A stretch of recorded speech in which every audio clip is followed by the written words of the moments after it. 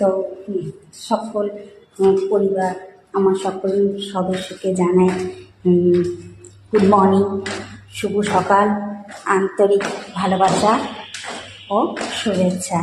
আমার ইনস্টাগ্রাম, আমার ফেসবুক, আমার মজ, আমার ইউটিউব, প্রত্যেকটা সদস্য, প্রত্যেকটা পরিবারকে। তো এই আমি ডিউটি থেকে এবার বাড়ি যাচ্ছি। তো এখন এই যে আমি এই ফ্ল্যাটে ডিউটি করি, এখন বাড়ি যাব। বাড়ি গিয়ে একটু আবার একটুখানি চা খাবো, একটু টিফিন করবো, করে তারপর মেয়েকে নিয়ে স্কুলে যাব।